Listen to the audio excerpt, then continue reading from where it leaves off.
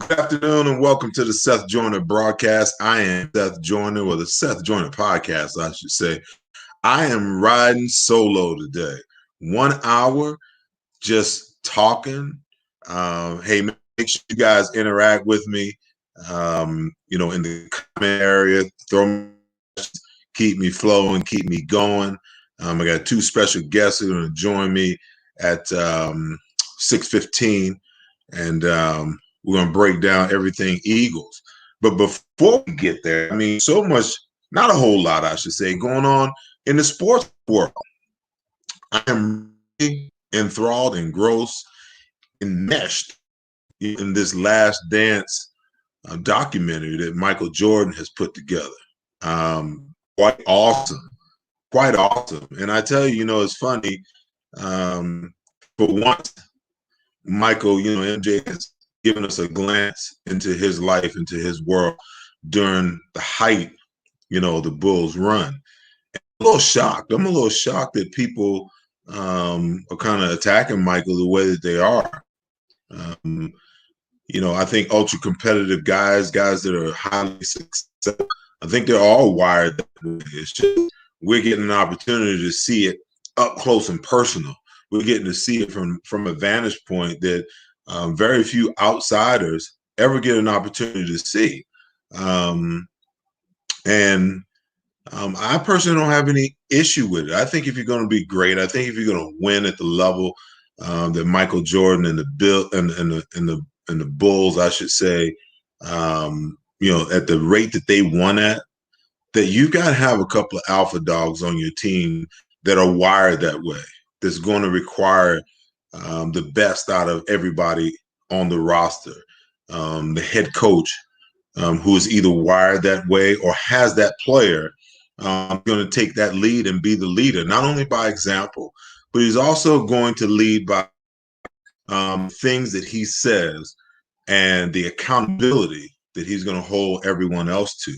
And when you perform night in and night out on the level like Michael Jordan performed, I think you reserve that right. You earn that right to basically hold everybody to the highest standard of winning.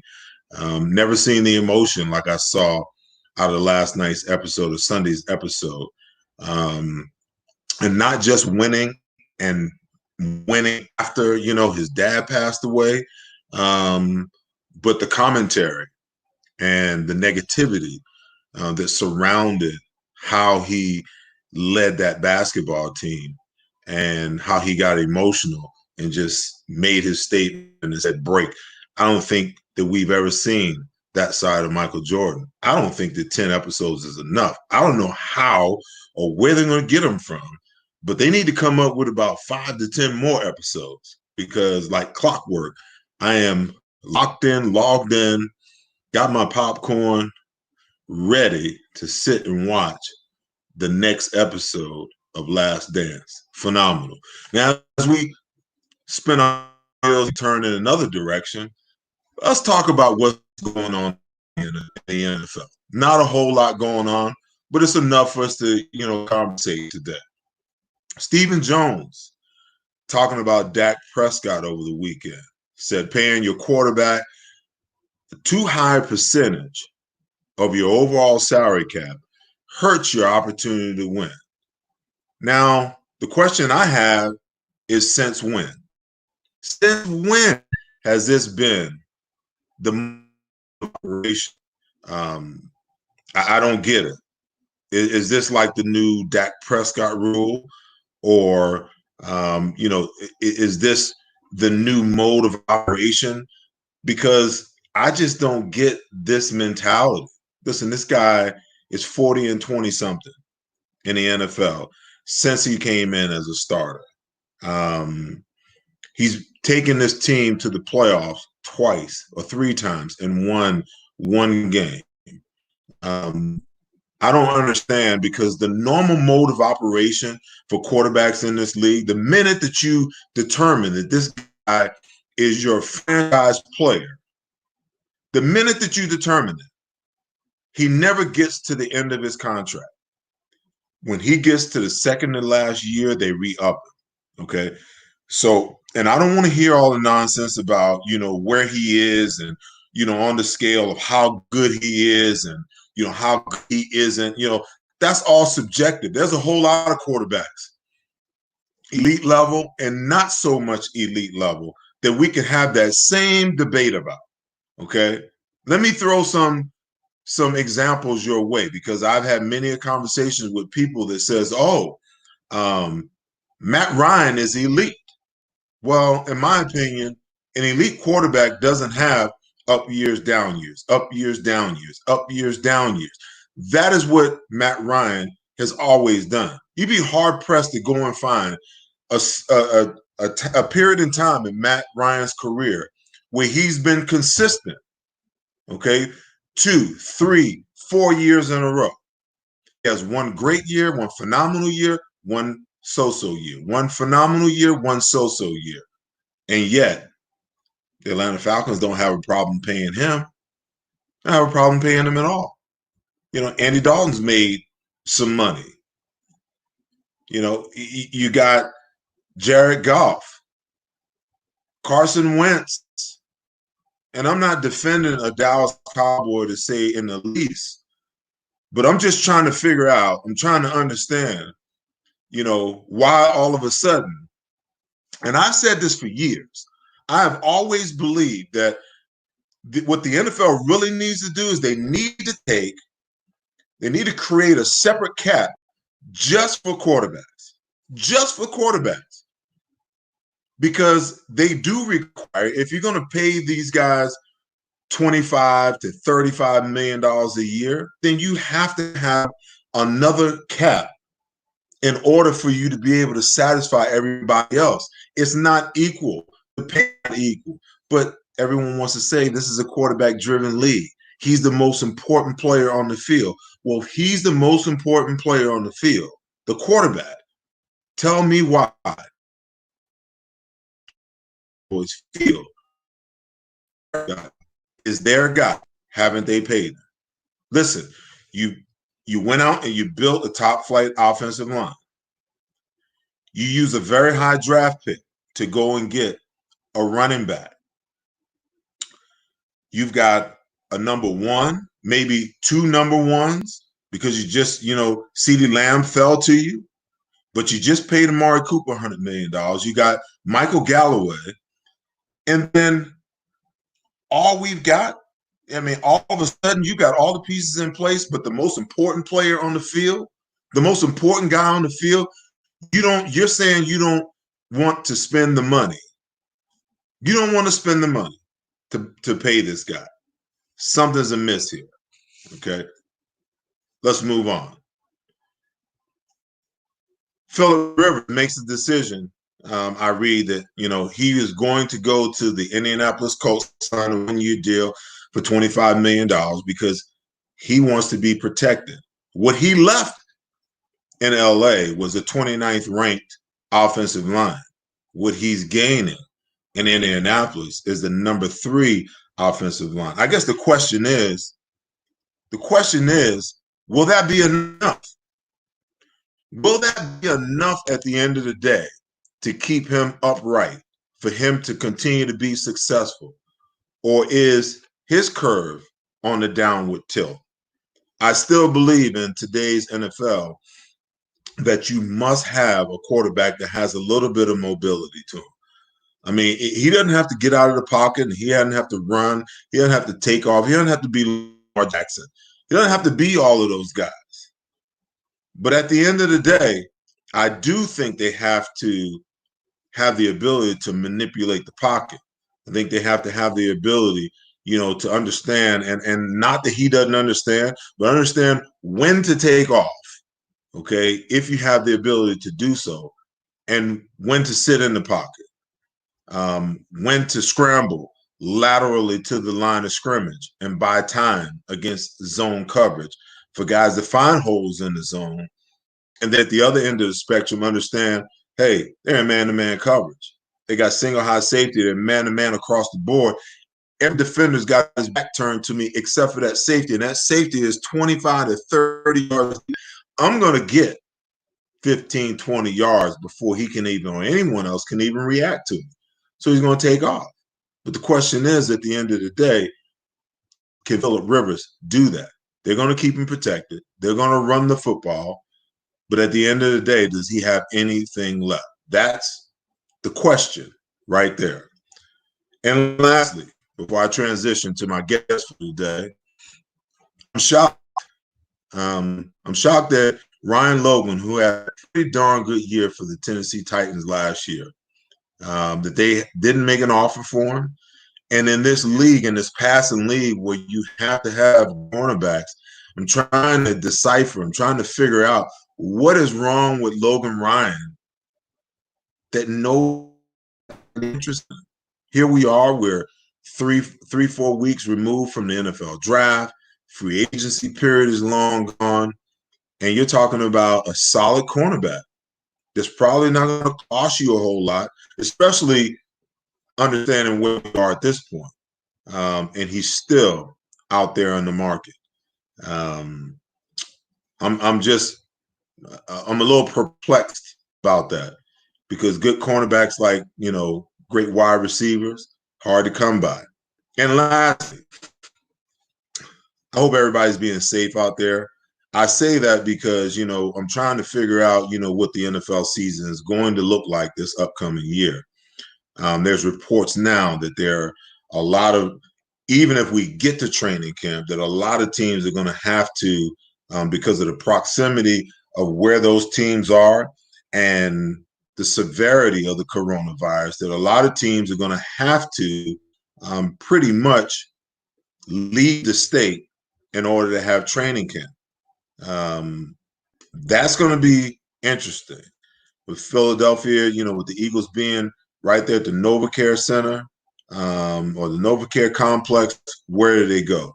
You got the Jets, you got the Giants, and you have all these teams that are in these high-density areas, in these areas that have been, hit hard by the coronavirus. Where they're going to go?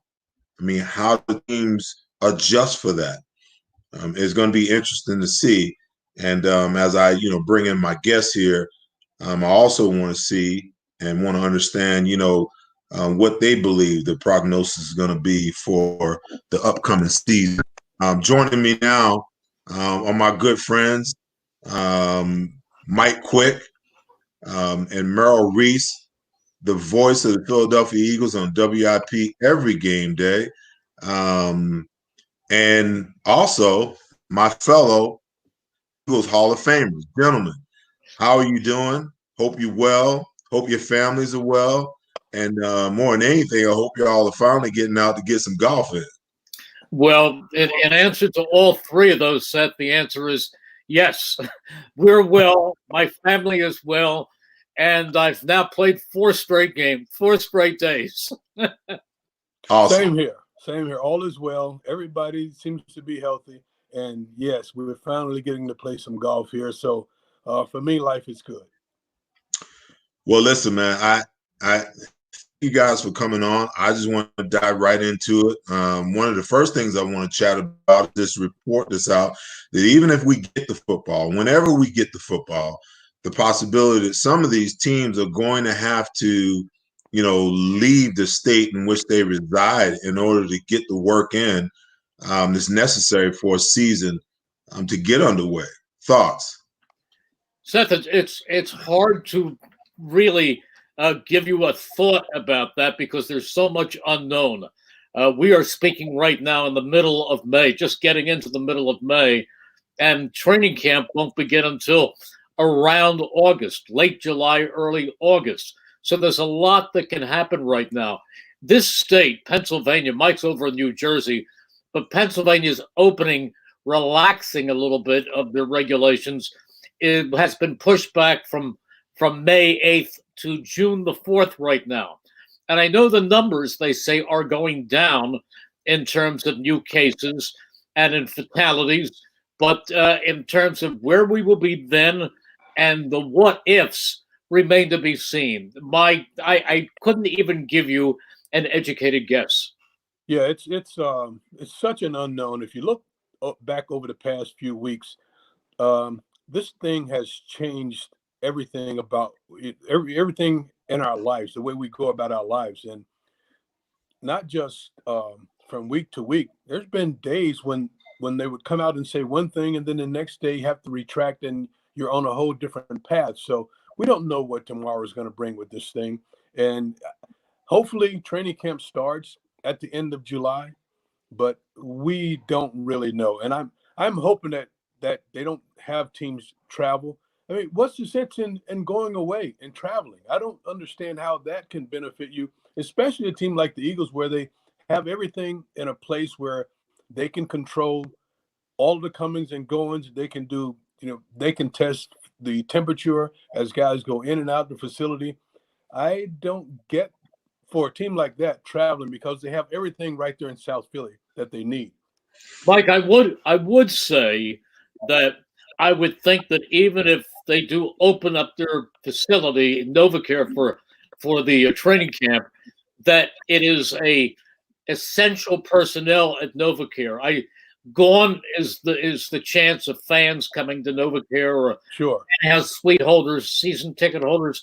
They won't be there. I doubt, Seth, that the media would even be there because they've been doing all these Zoom conferences every day with different players, with coaches. So it would all be virtual press conferences. But I don't think even Mike or I would be allowed to actually physically attend a practice. So it's safe to say. I mean, I've heard people, here in Arizona, we haven't been hit as hard as you guys have been hit back east. And in my opinion, I believe some of that is because of the population density, sure the cold weather, all of those things. But here in Arizona, I mean, we've been in stay-at-home mode, but we haven't been shelter in place. I mean, they haven't shut down the golf courses here, not one single day. And people are going to the supermarket, people are going to Costco, they're doing the essential things that they need to do with and without masks, with and without gloves. I mean, I just been living my life as normal. So yeah, listen, you can play golf. I know you're happy. As long as you can get to the golf course, you're happy. Well, go ahead, I'm playing golf. I'm happy about that, but when I arrive at the club, I'm wearing a mask until I go to the first tee and I take the mask off. We can play as a foursome where I play, but we don't shake hands. We don't hug each other after great shots. We don't slap palms. We stay a respectful distance away. Once in a while, you cross each other a couple feet away when you go to tee up the ball. But basically, you're pretty careful about that. Somebody picked up my ball the other day and tossed it to me. And when he got back to move to the next hole and turned, I tossed it into the woods and used disinfectant. I'm sure you did. I did. So Seth, some of the guys I play with, and we don't even have the money exchange anymore. I tell them to cash app me or I don't want to exchange money with people. They just send it on the app now.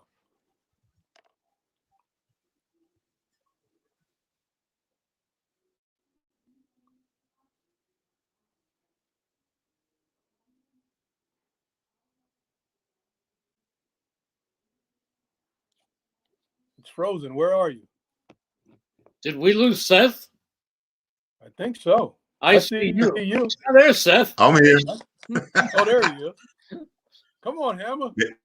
Hey, man, the internet sometimes does its own thing, man. Just, glad to be back.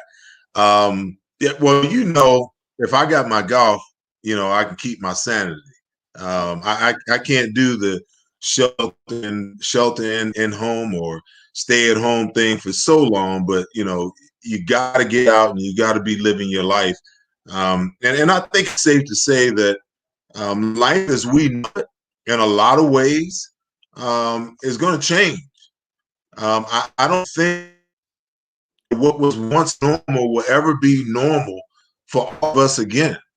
And the thing is, what does that look like? And, what is that going to be like? I mean, are we looking at football this year, with a fan every 3 to 4 seats, or we looking at football with no fans at all. And the broadcast is just locked in on the field and locked in on the sideline with no visual of what's going on because there's no one in the stand. Seth, have you been to our broadcast booth at Lincoln Financial Field in the last couple of years? Absolutely. I sat in there with you guys. Okay. I am basically sitting on Mike's lap. My spotter, Billy Wardell, is sitting on my lap. And Terry Small, the statistician, is sitting on his lap. We have 5 guys actually occupying 3 spaces. And, Mike, you know what? I just thought about the Eagles' first preseason game this year is in Miami, where we are glass enclosed. Oh, my goodness. We can't even see the field. We call that game off the monitor. They enclose that booth. How are we going to do that? I don't know, but even at the link, I think we're going to have to sit in separate booths. Our booth is so small. Well, if there's no fans, they can give us a luxury suite. Yeah, I was about to say, if there's no fans, both of y'all can have your own lovely suite right next to each other. I like that. No, seriously though, things are going to change. Mel, he mentioned that tight booth that we have. We're not going to sit like that ever again during games. Mike, I don't know. I'm not sure how it's going to work out, but they're going to space everybody, everything, and it has to be done that way going forward. Mike, I respectfully disagree with that. And I disagree with the statement that life will never be as it was again. Because one thing will return us to what we liked so much, and that is a vaccine. And I do believe there will be a vaccine. I don't know when, but once there is a vaccine and this disappears the way that polio once upon a time disappeared, I think we will get back to close associations. I will never get back to all of the hugs and high fives and kisses that I've had in the past. I will never get back to that. With the guys. And I'm okay with the girls, with it. you won't change. And I'm okay with it. Well, listen, I only know one way, man, because I don't, I know 2 people who actually had the coronavirus. They were an older couple, and they got well and they're fine. I mean, I actually went out and played golf with them. I don't know anyone, that's been adversely affected by it. I don't know anyone that's passed away because of it. So my reality in the world in which I live is so much different than, someone who's lost someone to it. That I don't, I've just been operating as business as normal. Now, when I come back east, because I've been here at home, almost 6, 7, 8 weeks, when I start moving around again, maybe those dynamics are different, because when you go to interact with people, they're putting up the elbow and, trying to keep you at arm's distance, maybe that's a different reality for me. But right now it's like, I see people, I put my hand out to shake it. Yeah. Seth, can I ask you a question? I know it's your show, but my normal role is the questioner rather than the interviewee. And I have to ask you a question, because you're bringing up the fact that this is a totally different year than we've ever experienced before, to which I wonder sometimes, and I'm not questioning, I know there have their reasons, but in the second round of the draft, the Eagles drafted a quarterback, Jalen Hurts. And in a normal year, that quarterback, when they draft a quarterback, he is at the facility from day one trying to get the playbook into his head. Is there any way, shape, or form that a rookie quarterback could be in any way, shape, or form ready to contribute to a season where the training camp is going to be an abbreviated version? I don't think so. Okay, I mean, and you're like jumping ahead of me, Merle. This was like the Michael Seth Merle montage, leading into the questions. But since you asked, we'll go there, and then we'll redirect. We don't have to stay defined by any kind of routine here. I just don't think that you can digest a playbook without the actually physically going through the motion. It's one thing, for installation, and you got these virtual off seasons that are now beginning to happen with these teams. and they're sending out playbooks and they're starting to go over stuff with their young guys and they're starting to refresh, with the older players. But for a young guy, especially at a quarterback position, I mean, you've got to be able to look at the film, look at your playbook, and then go out on the field and execute, or at least try to execute what it is that you just learned. If you and then all the dynamics that go along with it. Now you're playing with wide receivers you never played with before. You're throwing the guys who run routes at different speed and different breaks and things. All of those things, play a major role. I just don't think that, with the circumstances being the way that they are, I don't think they're getting much of anything out of a Jalen Hurts this year. I think all of these young guys coming into the league this year, they're going to be behind. I think all of the teams are going to be behind. I think teams like the Washington Redskins, where you have a new coach and a new system for everyone, I think they're going to be even further behind. All of these teams, the Carolina Panthers, where they got a new coach, Matt Rule, that teams like that, and especially the young guys that they bring in, it's such a hard thing to get to the National Football League and learn what you have to know to be able to go out and play fast, as coaches say. And to be able to play fast, you have to know your assignments like the back of your hand, and you have to be able to switch in split seconds from one thing to another thing, because that's just how quickly things change. These guys are going to be so far behind because of the situation that we have in this country right now. Doesn't that give the Eagles a big advantage in the sense that they are the only team in the NFC East with the same coaching staff and the same systems? I absolutely think so. Yeah, I believe that, the younger guys, it's going to take them a little bit longer, but because they've got so many guys already in the system, that it will help their curve a little bit more than the other teams with all the new systems. But everyone's going to be affected by this. Well, it's interesting because, quick, Merrill wants to just jump right into the football talk. So let's do it. I think, the biggest thing for me is that, Merrill, I agree with your assessment that the Eagles have a stable coaching staff.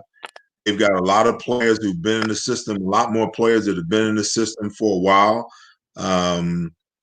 and stability at the quarterback position, no matter what you may think of what happened with the 53rd pick overall. Let's just talk about, you guys' optimism for the team moving forward, and then let's go bit by bit, really how the offseason has transpired. So first of all, we had free agent signings. Right. So we signed Javon Hargrave.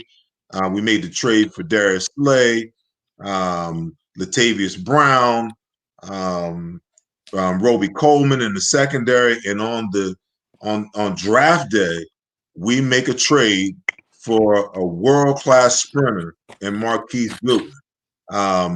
Talk about your optimism as far as the team is concerned, but also talk about these additions that the team was able to make and how they affect the team forward.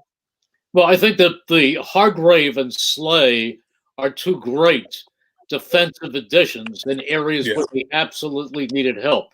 In the draft, I think they really made a great pick in the 4th round with Kayvon Wallace, the safety from Clemson, because he's got so much big-time experience that I think that under Jim Schwartz, he could be a plug-in-and-play participant.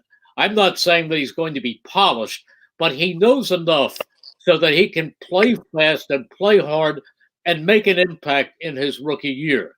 So I think those are very, very big additions. As far as Goodwin is concerned, yes, he was a world-class sprinter, but his career has been hampered by injuries.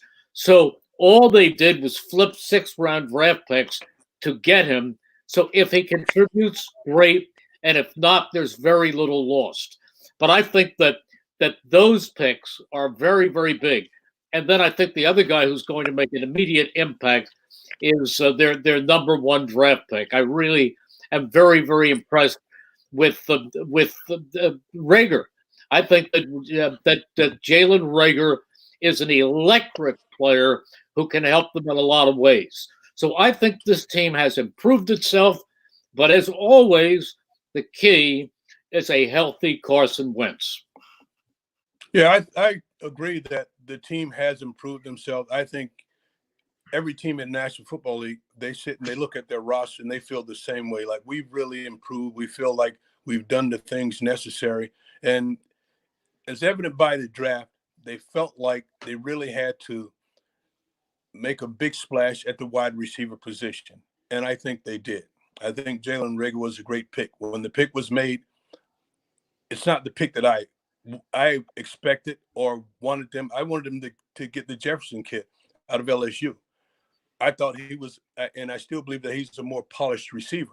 But as this thing digests and I start to look at all the possibilities that Jalen Rigger brings to this offense, I really like what they've done with this. I think the system that he was in kind of hampered him, and I think he's going to be an even better pro than he was, especially his senior year. I think he caught only like 32, 34 balls his senior year. He had an even better season his junior season, but the kid is so dynamic, Seth. He's so explosive. He transitions from a receiver to a runner with the football in his hands so easily, so well. That's where I think his value is going to be. I think he's going to be really strong. I think he can play in the slot. And they even played him, I think, out of position in college. Most of the time he was on the right side, outside, played the Z a lot. I think he's a better slot guy. I think he's better just getting the balls into his hands quickly, although he has the speed to stretch the defense and all the things that you like to see the speedsters do.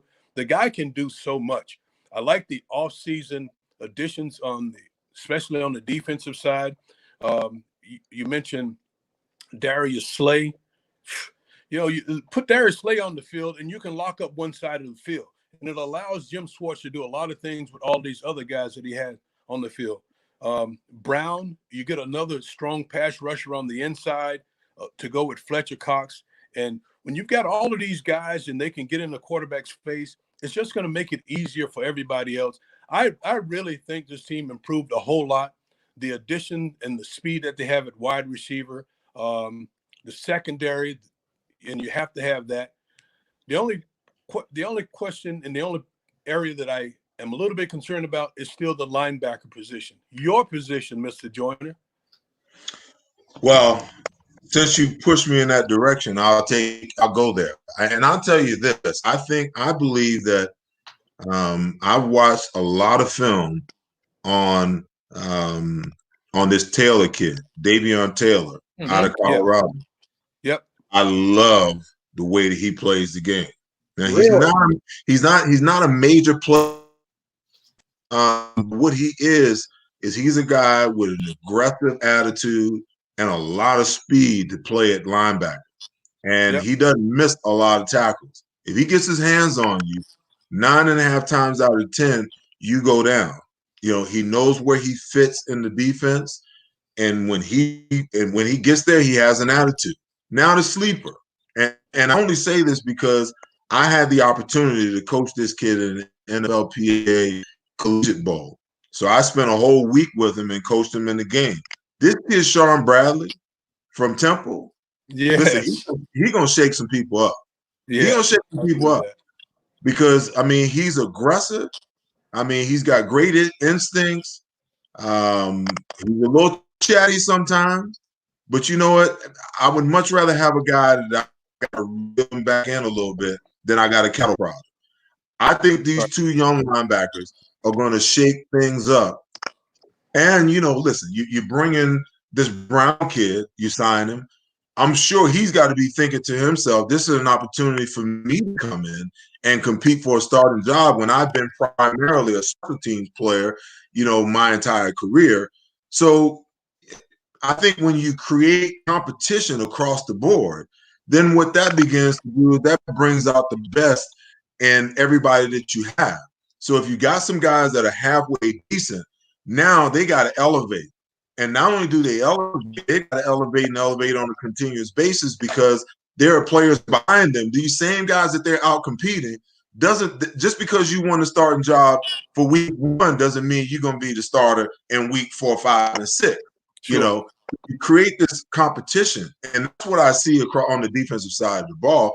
Everyone's talking about the defensive tackles. Everyone's talking about, linebackers, the cornerbacks, the safeties. Yeah, we got a lot of players. We got a lot of potential there. But what for me, what that creates, who wants to play? You can only put 11 guys on the field at a time. Who wants to play, and who's going to show that they want the majority of the playing time, and who's going to step up, and grab a job by the throat and say, you know what, it belongs to me. Seth, I am so happy to hear you say that about Davian Taylor, because I don't see much of him. I didn't see much of him as a college player, and most of the the writers who wrote their analysis of that said they watched Colorado and they weren't even aware of him on the field. But you have such a trained eye that you can see that. And here's a guy who's only played 4 years of football in his life. In high school, his parents were Seventh-day Adventists, and they held him to that. That's right. He couldn't play Friday night football until he was 18, and they let him make his own decision. And as far as Sean Bradley is concerned, Rod Carey, his coach at Temple, said this kid really is a leader. He is an impact type of player, and he has so much heart. But when I hear you say that, nobody knows more about LBs than Seth Joyner. Merle, let me tell you, I was just the other day, 2 days ago, I was flipping through the TV channel. I was on ESPN, and I ran across a Colorado versus Washington State game. Okay. And I was like, oh, let me watch, because this is one of the games I had. Let me watch it. Now, granted, Washington State was a better team, better coach. Mike Leach, just gave him the business. But as I watched that game, number 20 just kept flashing. Every time I turned around, he was flashing. Every play, it seemed like he was in on that play. So I don't know who these writers are and who these evaluators are that say that, they watch a game and they don't see him. They're not watching what I watch. They're not seeing what I see.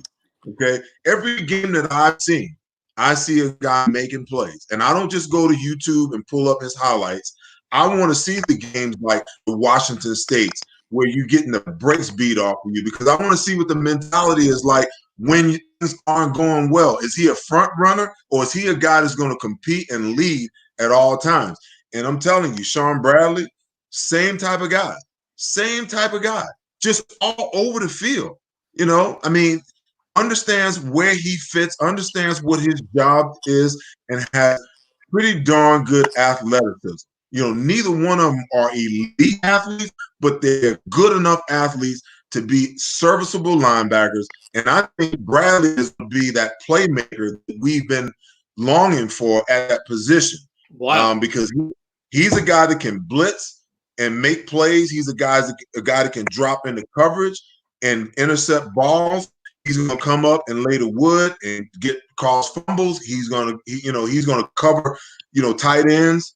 Both of these guys can cover tight ends and running backs out of the backfield. They have that kind of speed. So I don't know what these guys have seen.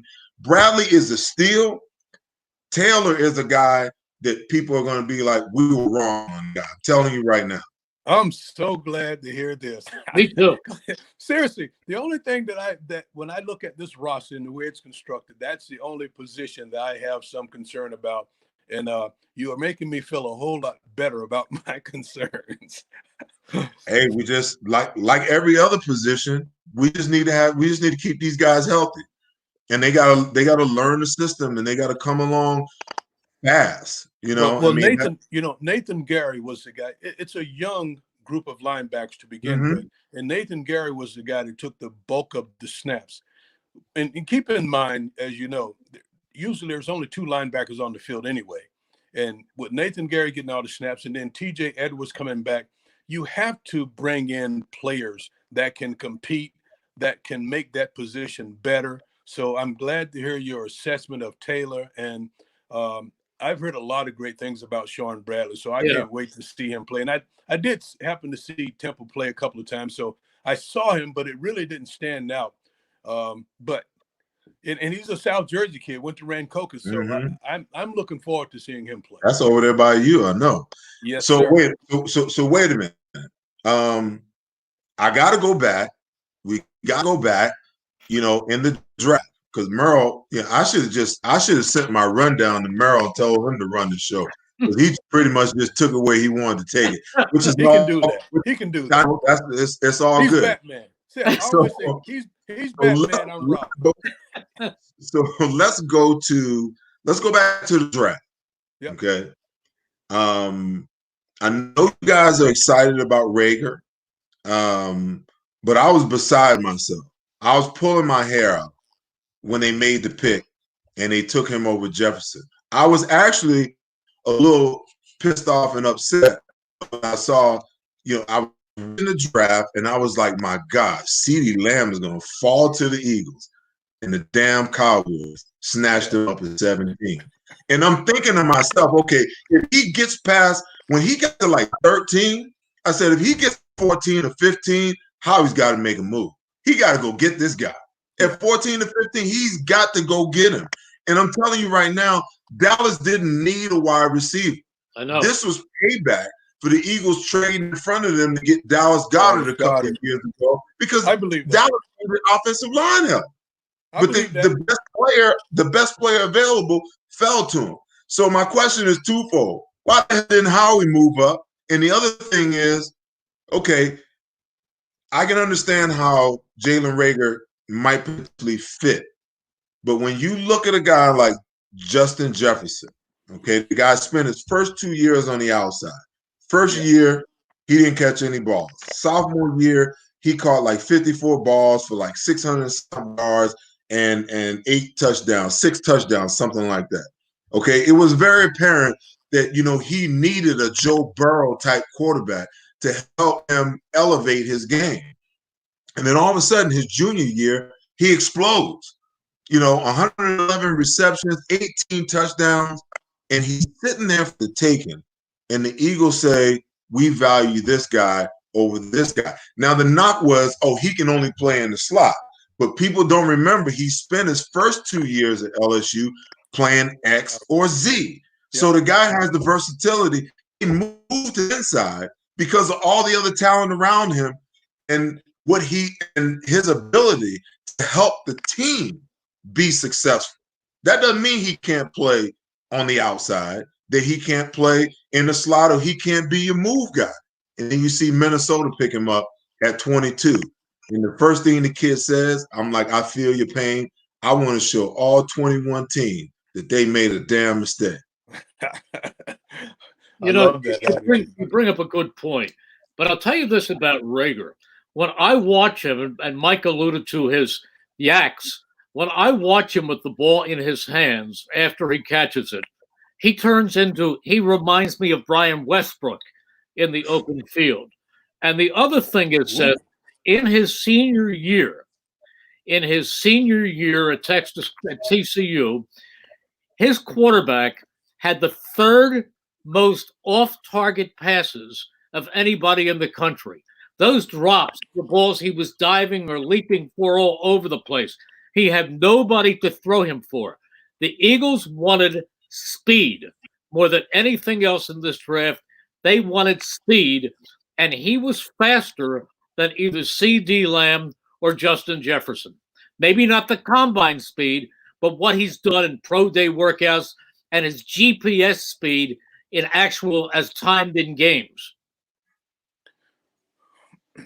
I still, as I said earlier, I like Jefferson at that position, but I get it. I have digested the reasons why, and I understand you can do so many things with this kid.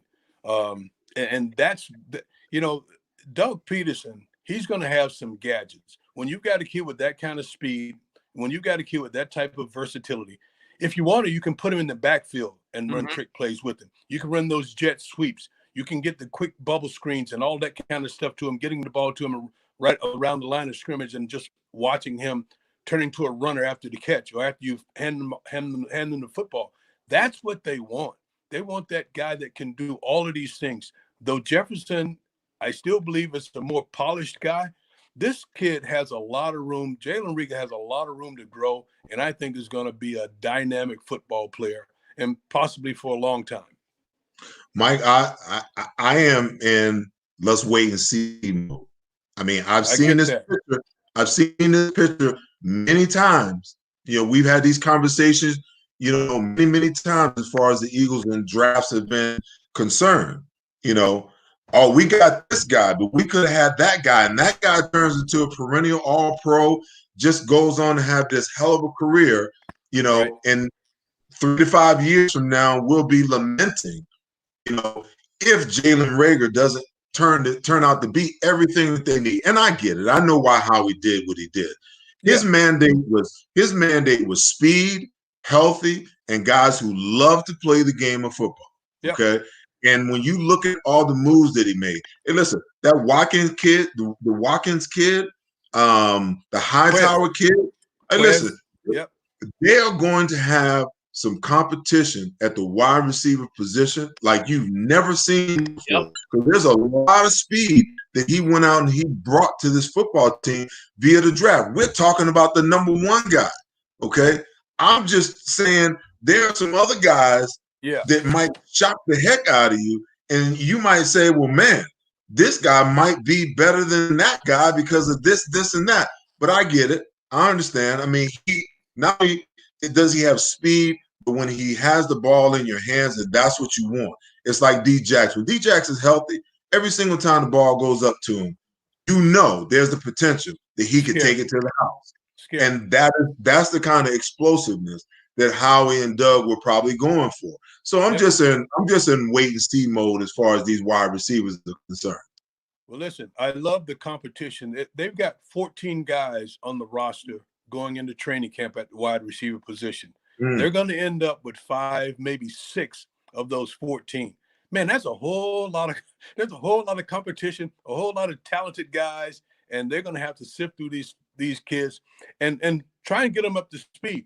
Well, smart thing that they did in the offseason, in addition to the players, Aaron Moorhead, the new wide receivers coach, a guy who played in the league. Well, he comes from pedigree. His father played in the league against you and I. He played in the league. He's coached for several years on the collegiate level, and now he's the coach of the wide receiver group. I look forward to watching him work with these guys and bring them up to speed. It's going to be a lot of fun. Many times, I'd like to spend times on the other fields because I see enough wide receivers and D-backs. I'll go to watch the big guys. But this camp, if I'm able to go and watch the camp, I'll pay a lot of attention to the wide receivers and the D-backs at this upcoming camp. Well, there's no doubt about it. It's going to be interesting. The competition level is going to be off the map. And I will say, how he filled his mandates. He kind of left me scratching my head rounds 1, 22 and 53. But I absolutely thought, from round 3 on, that he hit a home run. I thought he hit it out the park. It was just a phenomenal draft from that point on. But we cannot, there's no way, that we can, end this podcast without us talking about the elephant in the room. And that is Jalen Hurts at 53. There's just no, I wasn't watching the draft when that draft had taken place. So I went on my phone, scrolled through, through Twitter, and I saw the Eagles select Jalen Hurts with the 53rd pick. And I said to myself, what in the heck are we doing? Now, what's really going on? Exactly. And listen, I love Jalen Hurts. I've loved him ever since, he fell out of favor in Alabama, because the way that he handled his business there and the way that he transformed himself in Oklahoma, I thought he was a phenomenal individual. And it has my opinion on him being drafted at 53 has nothing to do with him as a player or him as a person. It has everything to do with what the Philadelphia Eagles need, what their needs are. And at 53, you take a quarterback, now that opens up all the nonsense again to me too. because I saw tremendous growth in Carson Wentz last year, after, from like the last half of the season. Yep. Okay. And to me, that growth was attributed to the fact he had a lot of young guys around him that wanted to prove their worth. Okay. And they didn't care about targets and who was getting balls thrown to. All they wanted to do was try to get on the field and play and show the rest of the NFL what they could do. And they looked to him for leadership. Okay. Yep. So now you created that same scenario with these young guys that can now grow with Carson Wentz.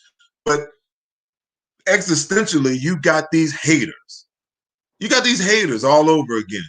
And what do? You open up this door for all the chatter that goes on. Wentz is injured. Wentz is hurt again. And Jalen Hurts is going to come in. I'm reading the comments down below.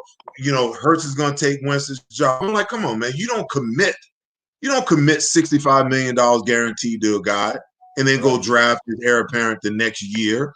And say to yourself, oh, he's going to be the guy. I got into it, on a national show. Oh, the Eagles have lost confidence, in Carson Wentz. I said, no. They may have concerns about Carson Wentz's health, okay? Confidence isn't, what they've lost, because you don't sign a guy who's got a year left on his rookie deal to a franchise quarterback style, type of contract if you have confidence issues. And it just didn't make sense to me. So I was underrated. This move just made no sense to me. And then I hear Howie say, well, we're a quarterback factory, and Doug begins to talk about the Taysom Hill stuff, and I'm just, I got my hand on my head like, okay, well, let's see where this goes. And then what does it speak to? I'm going to shut up in a minute. What does it speak to Nate Sudfeld? Does Jalen Hurts now come in and supersede what they've worked 4 years, the investment that they put in him? Does that mean that they don't think that he's the guy? All of these questions that have to be answered and have to be dealt with, and I'm just curious because I got guys right now that are so close to this thing. I want my viewers to understand and hear your opinions. Seth, I was surprised. That's all I could say, particularly, as I said, during this abbreviated preseason. And I would be shocked, absolutely shocked, if when game one comes, whenever it comes, if Nate Sudfeld isn't the backup quarterback. He's been prepping for 3 years. He knows the playbook upside down. He will be prepared. He is prepared. So and this is not a knock on Jalen Hurts.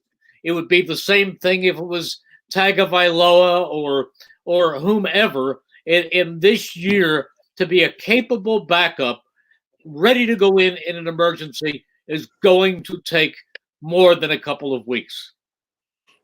Yeah, I agree with that. He's not going to be the backup. I just, I think when you look around the league, and I think that's kind of what goes into this, and you see the success that teams are having with the style of quarterback that can do the things that Hurts does. You want a guy like that. And maybe it's not going to be for a couple of years that he plays. So, yeah, I don't understand picking a guy that high that's going to end up sitting on the bench for at least a couple of years, unless you just want to push him in and give him some plays.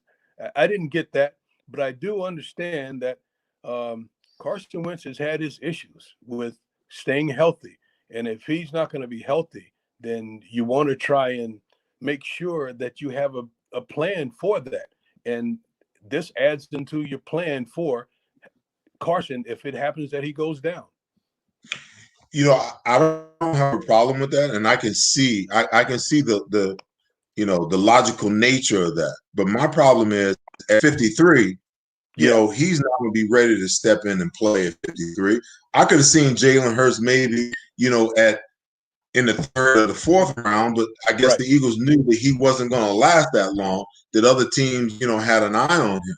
So then the move up, to me, it made no sense. And then you really stop and think about it, okay, what's Howard really saying? We're a quarterback factory. I mean, because I can go back and think about some quarterbacks that that you drafted, that you didn't develop, that you tried to bring in, that you weren't able to get where you wanted to get them to. Do you have the confidence that this guy is a guy that you can develop and possibly down the road you turn capital? You can turn that 2 into a 1 or 2 2s down the road if Carson Wentz, stays healthy and he continues to be your franchise guy. Is that the thought process down the road? Yeah, well, but here's the other thing that what's the likelihood of them ever getting more than a second round pick for somebody with limited experience? I mean, that's what the Patriots got for Garoppolo. I think they got a second and a third from San Francisco. I mean, but they're not going to get a 1 for him unless he was a starting quarterback here. But just think about this. When you look at the tree that Doug Peterson comes from and Andy Reid, he's got a guy. And now coaches know how to utilize those guys with that skill set. In the past, they really didn't know how. Andy Reid's got a guy that he can do so many things with. And Baltimore, Harbaugh from that same tree, he's got a guy that he can do so many things with. Marty Morningwig is now in Philadelphia. And when you look at the tree, then I think you start to better understand the thinking behind this type of pick and being able to utilize him in so many different ways and put pressure and stress on the defense. Well, they did what they wanted to do, and if you watch Doug's expression, he was very, very happy with the pick and how he was thrilled with the pick. So they did what they wanted to do. Now we have to see how it turns out. But listen, this is a guy, to pick him where they picked him, Seth. They had to love his abilities and they had to love what he represents off the field. There is no doubt about it, because I know that Doug and Howie understands the Philly fan base, the city of Philadelphia. They knew that they were going to take some heat, and they were kind of opening up Pandora's box. About they had already quenched the whole Carson Wentz, Nick Foles thing by moving on from that. And all it did to me was just open up this new one, that to me made no sense. I was like, man, finally, Carson Wentz can now step into his rightful role as the leader of this football team without having any issues. And then, oh my God, we're not even a year removed. And here we are, seems like, for the idiots that want to, make a point that going to get hurt again, and that he's not a franchise quarterback, and that he can't do this and he can't do that. Listen, I watched this kid play a lot of football, okay? And I'm of the opinion that, if he can stay healthy, and that's a big if, that, he can most certainly be a franchise quarterback. Listen, before I let you guys go, I got the Eagles 2020 schedule here in front of me. And you know how Philadelphia is, man. We love to procrastinate or pontificate, I should say, about what the Eagles, record is going to be. So we got Red week 1. What are we thinking?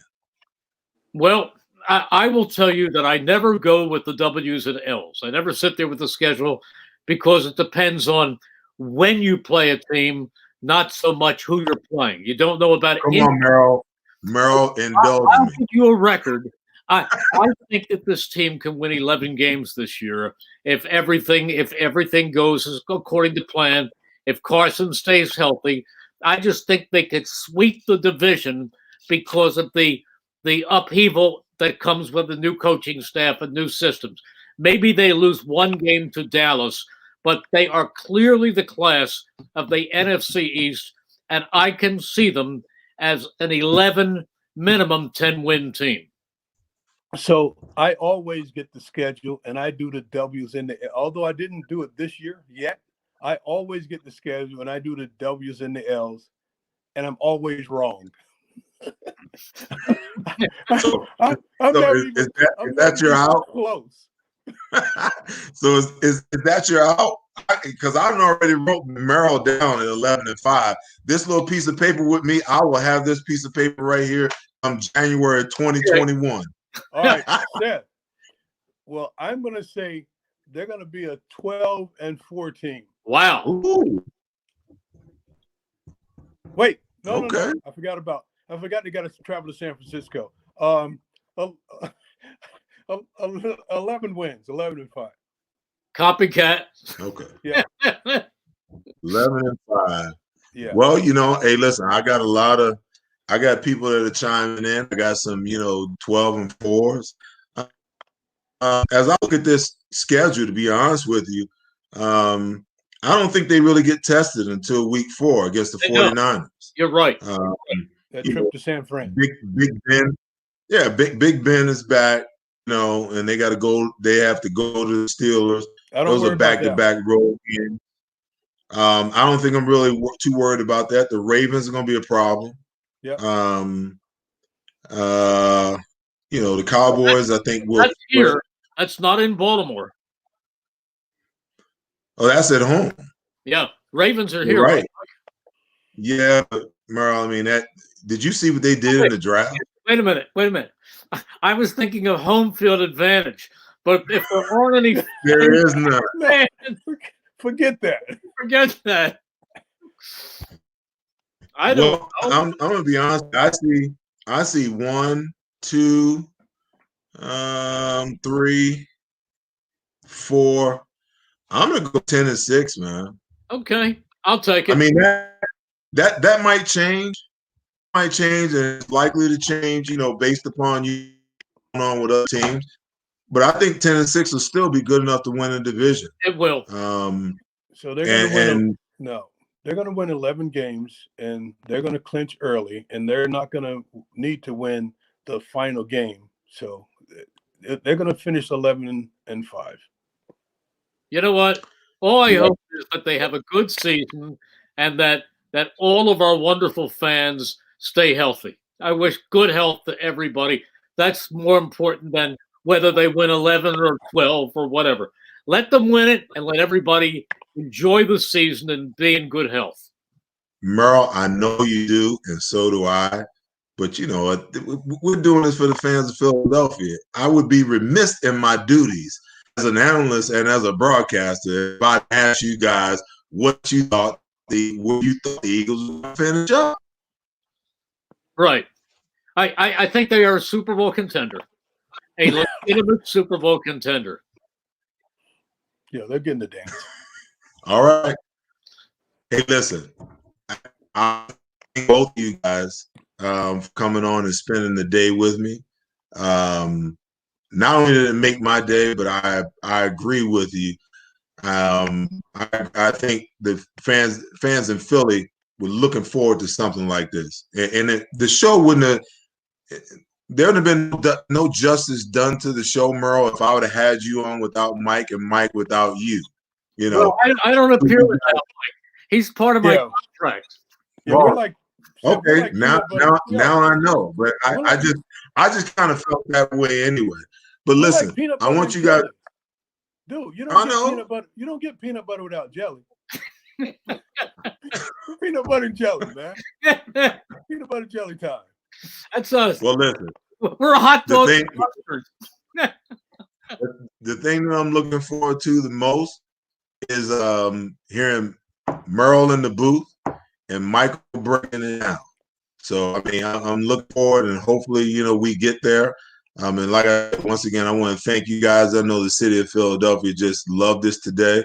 I loved it. I appreciate your time. I know it's precious, and I will see you guys soon. I'm coming to Philadelphia probably around early June or so. Good. So I'm polishing my sticks up so I can come and, play a nice cordial round with Merle and Mike. You know what we do. You know what we do. Let's do it. Let's do it. All right, man. Hey, thank you, guys. Appreciate you. You got it. Take care. As we sign off today on the Seth Joyner podcast, I want to thank my special guests, Merle Reese and Mike Quick, for joining me. Behind the scenes, you don't see my guys Tom Schrader and Rick Stevenson. I want to, give a great thanks to them. And joining me next week will Andrew DeCecco, my co-host, will be back. Signing off, saying goodbye to the city of Philadelphia, the Eagles fans, and NFL fans all over the place. We'll be right back here next week join me on the Seth Joyner podcast. You can find me as Seth Joyner on Twitter, as Seth Joyner on Facebook, and as Seth Joyner on Instagram. You guys be safe out there, be healthy, be wise, be smart. Peace.